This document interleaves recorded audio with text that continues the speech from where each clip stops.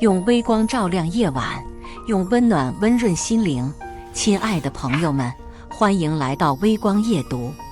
在养兄的订婚仪式上，我遇见未来的嫂子毒害养父母一家。我告诉养兄时，嫂子和妹妹却拿出我给养兄写的情书，说我爱慕养兄，想破坏联姻。养兄满脸厌恶，他将我送到了真女学院，让我好好学习规矩。2年后，养父母相继被害，他慌了，他求我帮他渡过难关，可他不知我的气运早就用完了。接下来开始我们本期故事，记得点击订阅并开启小铃铛。养兄张漾来见我时，我正在一个粗壮的男子身上，轻薄的衣服刚褪下，我就被几个保镖从男子身上提起，他们狠狠将我扔在地上。哥，我赶紧将衣服穿好，惊恐地看着眼前的男子，他眼里满是厌恶，冷哼一声：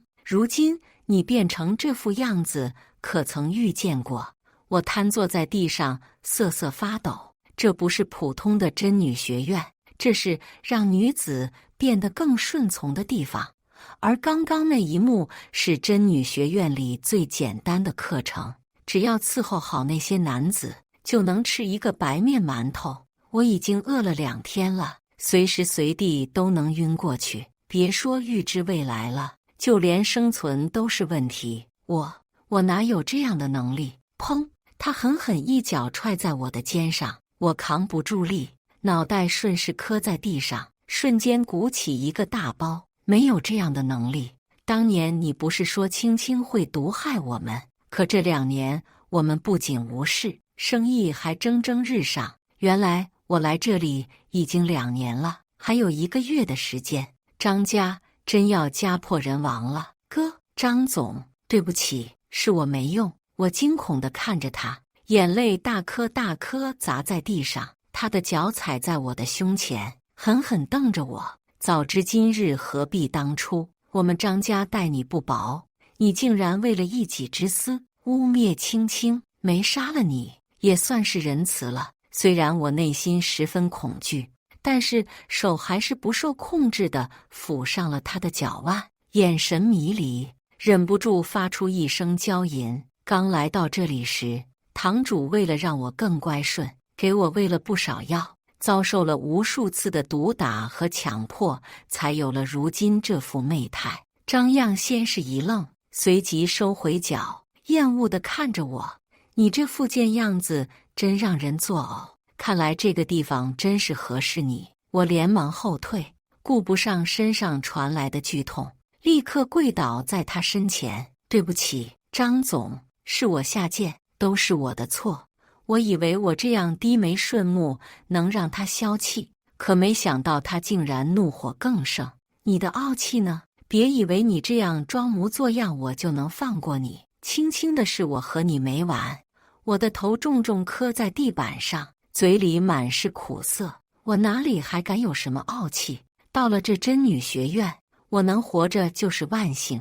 我被5花8门大绑着带回了张家，跪倒在客厅里，养父母坐在沙发上，居高临下看着我，用他的肝换给青青，不会得什么病吧？儿子，一定要做好检查。养母张芳皱着眉头，眼神中全是嫌弃。我抬眼看去，养母张芳头顶已经被一团浓浓的黑雾笼罩，她的整个上半身也都散发着黑气，她不超过1周便会死。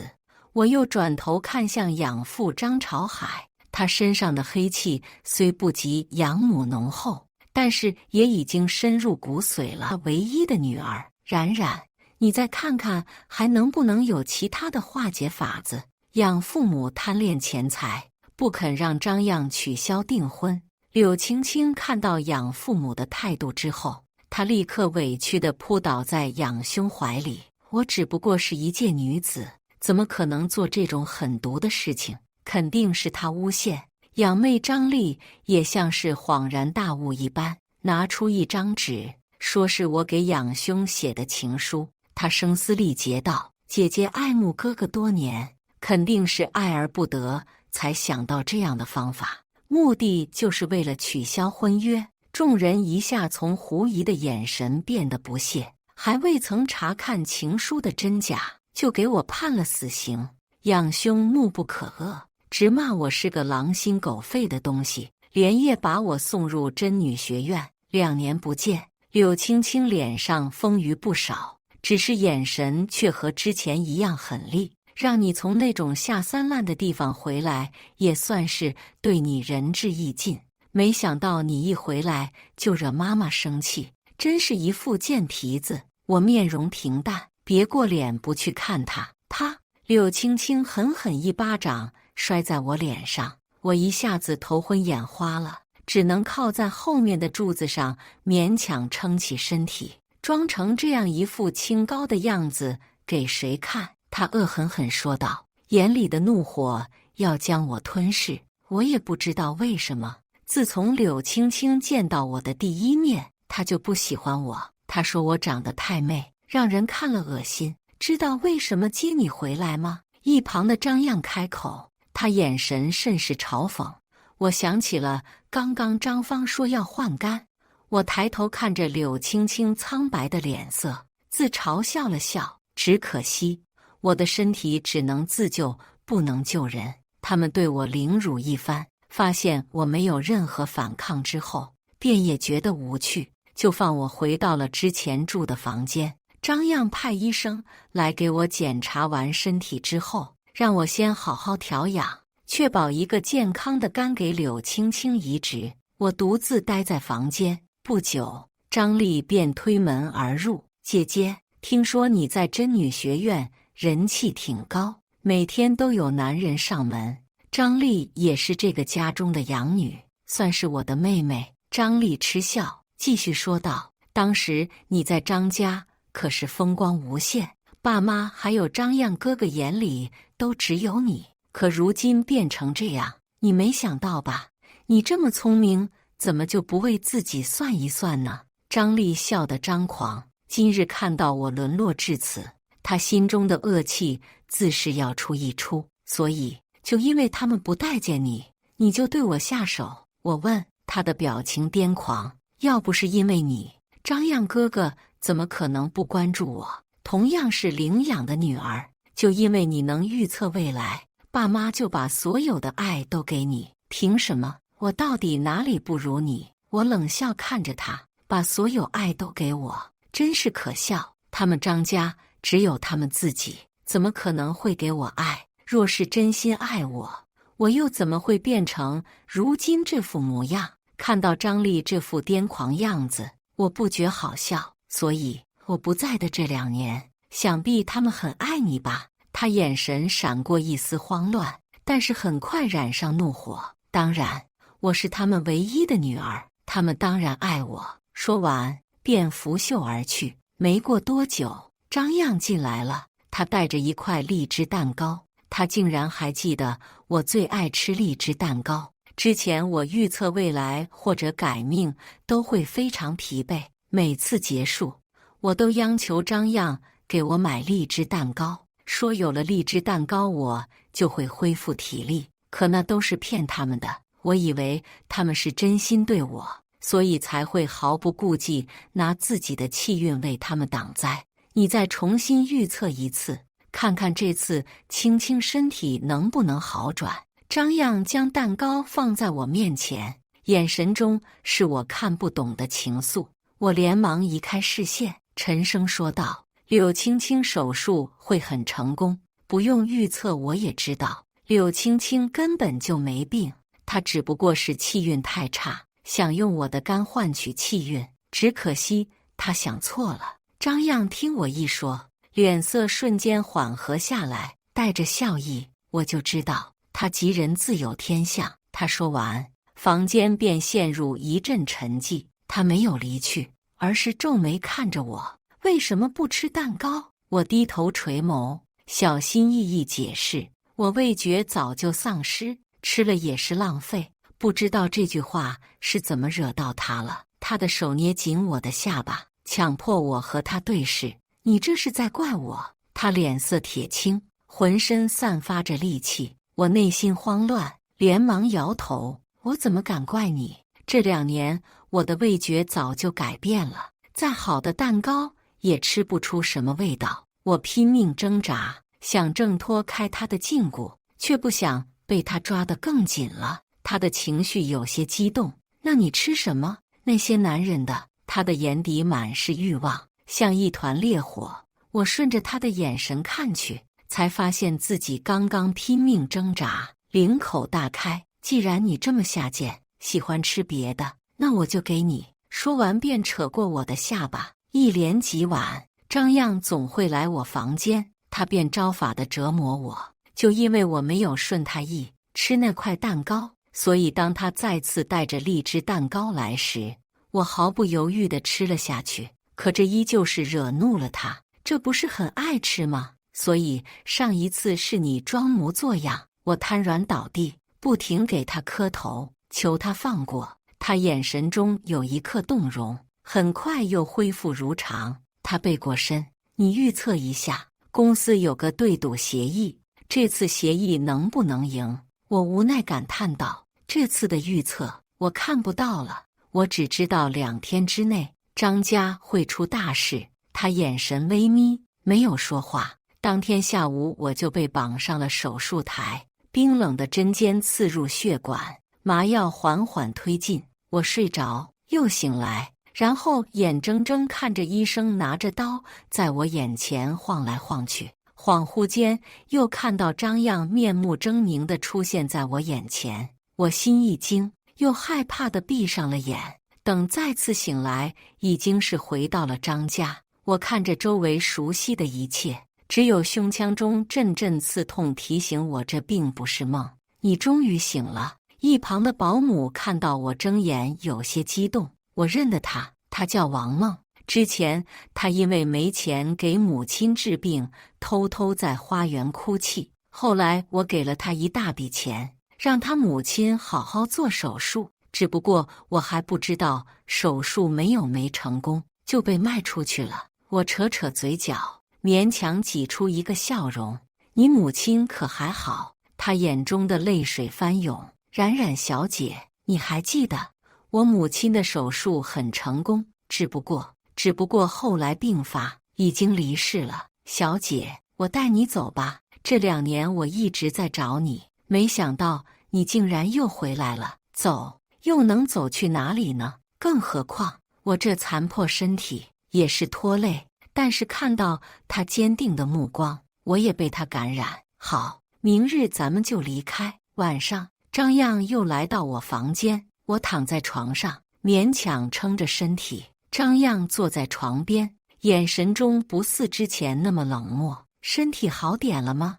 我笑着扯了扯嘴角，说道：好多了，明日就能下地行走了。听到我说下地行走，张漾一脸困惑，他皱眉看着我，示意我继续说。张总，肝脏移植手术也结束了，柳青青也恢复得很好，能不能看在我救了柳青青的份上，让我离开？张漾倏地起身，面色不悦。离开？你要去哪里？还要再回去伺候男人？他粗鲁地掀开我的衣服，看到我胸腔那道蜈蚣样的伤疤，眼里的欲火又瞬间熄灭。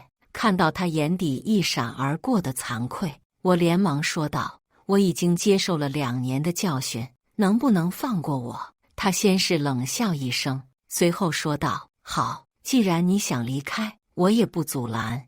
我会继续送你到真女学院，让你日日受尽折磨。当然，如果你愿意留下来，我也可。我连忙打断他：好，我去。张漾死死盯着我，脸色一下子黑了好几个度，狠狠说：好。一早我就收拾好行李，准备离开。虽然伤口依旧是疼痛难忍，但是一想到我又自由了，还是抑制不住的高兴。只是还没等我出去，就听到一声惨叫：啊，妈，你怎么了？一阵哭喊从外面传来，是张丽。张漾匆忙赶出去，我也紧随其后。到了大厅，就看到张芳瘫软在地，嘴里吐着白沫。张漾连忙将他送到医院。他是毒发，已经是就不好了。我和王梦被管家看着，无法离开，只能静静等着，一直到了晚上，张漾才拖着疲惫的身体回来。他一回来，立刻来找我，他面目狰狞着，双目通红，狠狠掐着我的脖子。妈妈毒发身亡了，你是不是早就知道？你为什么不告诉我？他的力度很大，我被掐得喘不过气来。渐渐的，我感觉呼吸困难。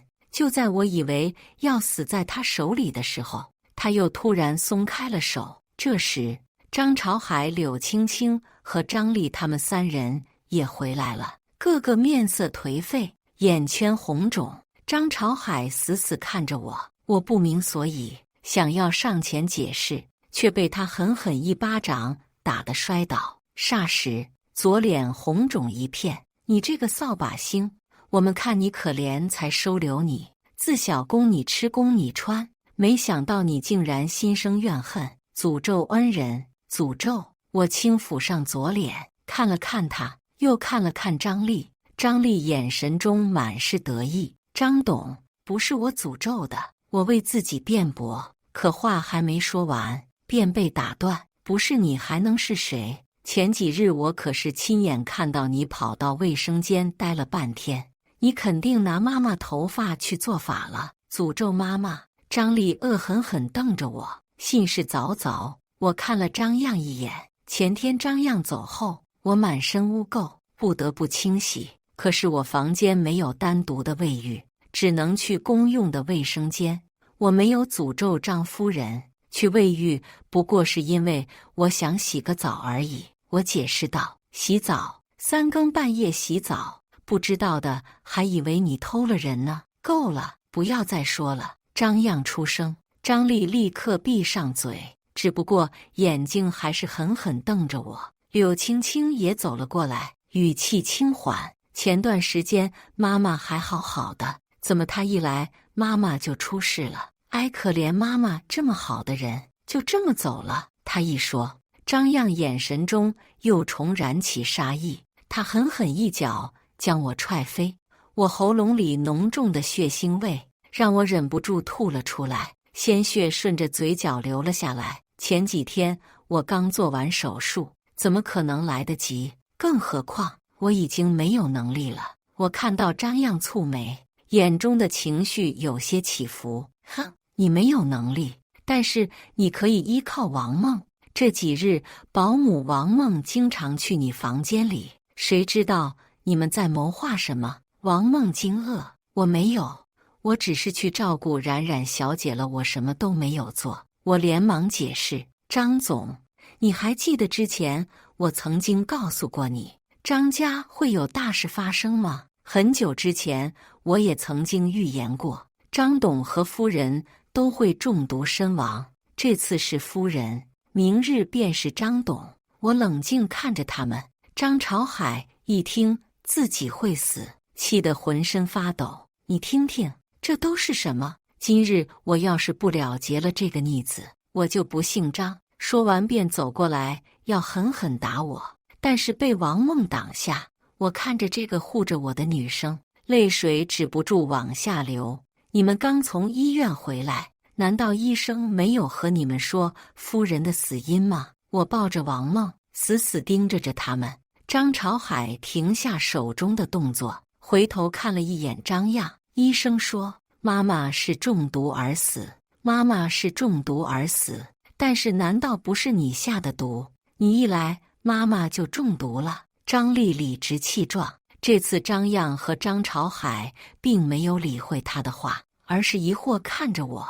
我强忍着身上的剧痛，说道：医生难道没有告诉你们，妈妈是慢性中毒吗？我只不过是刚来几天而已，慢性中毒可是长期的过程。张朝海眼中闪过一丝恐惧，他是怕了，怕自己也中毒了。哥，他这是什么意思？难道是我给妈妈下药吗？张丽丝毫看不清形势，还以为我是在污蔑他。看来当年我为什么被赶出去，他已经忘记了。一直作为一个胜利者的角色，他过得太过安逸，都忘了自己是怎么得到的这一切。但是张漾和张朝海却没有忘记。闭嘴！张漾凌厉的眼神扫过去，张丽瞬间就蔫了。柳青青也察觉到父子两人的怀疑，轻声说道：“为了保险起见，你还是和爸爸去医院做个检查吧，这样大家也都放心些。”果然，经他一说，两人都立刻同意，立刻直奔医院。等到他们走后，柳青青似笑非笑看着我：“你回来了，又能怎样呢？早已经无力回天了。”张丽应和道：“别以为我们不知道，哥哥这几日天天往你房间里跑，你以为你能重新获得哥哥的宠爱？别做梦了！”我心中冷笑，他们两个说的并不是同一个事情。张丽真是可笑，我不在的这2年，他好像更加愚蠢了。柳青青眼底尽是不屑，不过她还是很好的隐藏下来。丽丽，爸爸去医院了，不如你也去好好查查吧，万一这个贱人给你下毒。张丽神色一变，立刻赞同：“还是嫂子想得周到，我这就去医院好好看看。”说完狠狠瞪了我一眼，就离开了。柳青青消失了。张漾回来之后，把别墅翻了个底朝天，都没有找到他的人。张丽走了之后，柳青青去房间拿了一份文件，也很快离开了。他知道事情已经败露，怎么可能还会在这里？柳青青呢？他冲到我房间来，问我。我摇摇头，你们走后，我就回屋擦拭伤口了。不知道，我故意将伤口掀起，露出丑陋的红痕。他看着我，眼神复杂，脸色带上了温情。冉冉，这次你受委屈了，爸爸也有中毒迹象，而且时日无多，你能不能帮我一次？他声音颤抖着，像从前那般唤我。他看我一脸平静，连忙说道：“你之前也叫他爸爸呀，不能见死不救。”我轻笑一声：“张董中毒已深，我本事再大也就不回来了。”不等他开口，门外传来一声：“哥哥。”张丽推门而入，看到张漾坐在我床边，他眼神中的恨意藏不住：“你这个贱人，趁着嫂子不在，又在勾引哥哥，真是一副狐媚样。”我毫不避讳地轻蔑笑他，他一下子怒了，快步朝我走来，扬起巴掌，啪！张漾一巴掌打在他的脸上，他踉跄着后退几步才站稳，不知所措，抬起眸子，委屈道：“哥，别叫我哥，我没你这样的妹妹。”张漾厉声道。张丽看看他，又看看我，眼泪大颗大颗滴落：“哥哥，我们才是一家人，你怎么能为了这个贱人打我？”张漾瞪着他，那张情书可真是冉冉写的。张丽脸色一下子变得苍白，支支吾吾，肯定是这个狐妹子写的。她对哥哥有私心，都过去这么久了，哥哥今日为何又提起？已经过去2年了，为何今日又重新提起？或许是今日突然想通，又或许是一开始就知道我是被冤枉的。我冷静看着张漾，他如今的手段，我也算是见识到了。冉冉，对不起，我都是被这个贱人欺骗，才会误会你。冉冉，这次能不能救救爸爸？张漾声音带着哀求。张丽这才后知后觉，他也意识到有些事情变得不同寻常了。张朝海还是死了，我没能救得了他。张漾像是一下子老了10岁，他刚到家便马不停蹄处理公司的事情。柳青青走的时候，拿走了不少重要文件。如今公司的资金链断开，股票暴跌，和我预料的一样，张家家破人亡了。我和张漾提出想要离开，却被他关在了地下室。冉冉，你还好吗？王梦敲了敲地下室的门，我听到了敲打锁链的声音。我知道他想救我，可是门已经被张漾用铁链锁上，无法打开。我没关系的，如今张家已经是穷途末路，不过还需要你继续收集他们犯罪的证据。这段时间我在这里也没闲着，收集了不少张家犯罪的证据。我知道这是我唯一翻身的机会，必须全部都准备好。如果不给他致命一击，若是反扑过来，我和王梦都会死。我待在地下室，并没有感到寂寞，因为还有人和我关在一起。我看了看旁边的张丽，不过他已经被打得神志不清了，看到人就只会傻笑，哈哈哈！我才是张家唯一的女儿。他一边用头撞墙，一边笑着说，仿佛是感觉不到疼一样。张朝海死之后，张丽曾经试图联系过柳青青，被张漾知道后关在了这里，每天都会被毒打一番。不过我并不可怜他，这一切都是他咎由自取。至于柳青青，他用自己的气运将张家的财富换到了柳家，可是这需要付出极大的代价。况且他为了增加自己气运，将我的肝换到他身上，他不知我早就没了气运。砰！大门开了，来的却不是警察，而是张漾。他的脸色铁青，满脸胡渣，看到我张了张嘴：冉冉，如今张家已经不行了，你能不能救救我？我摇摇头说道：我的气运早就耗光了，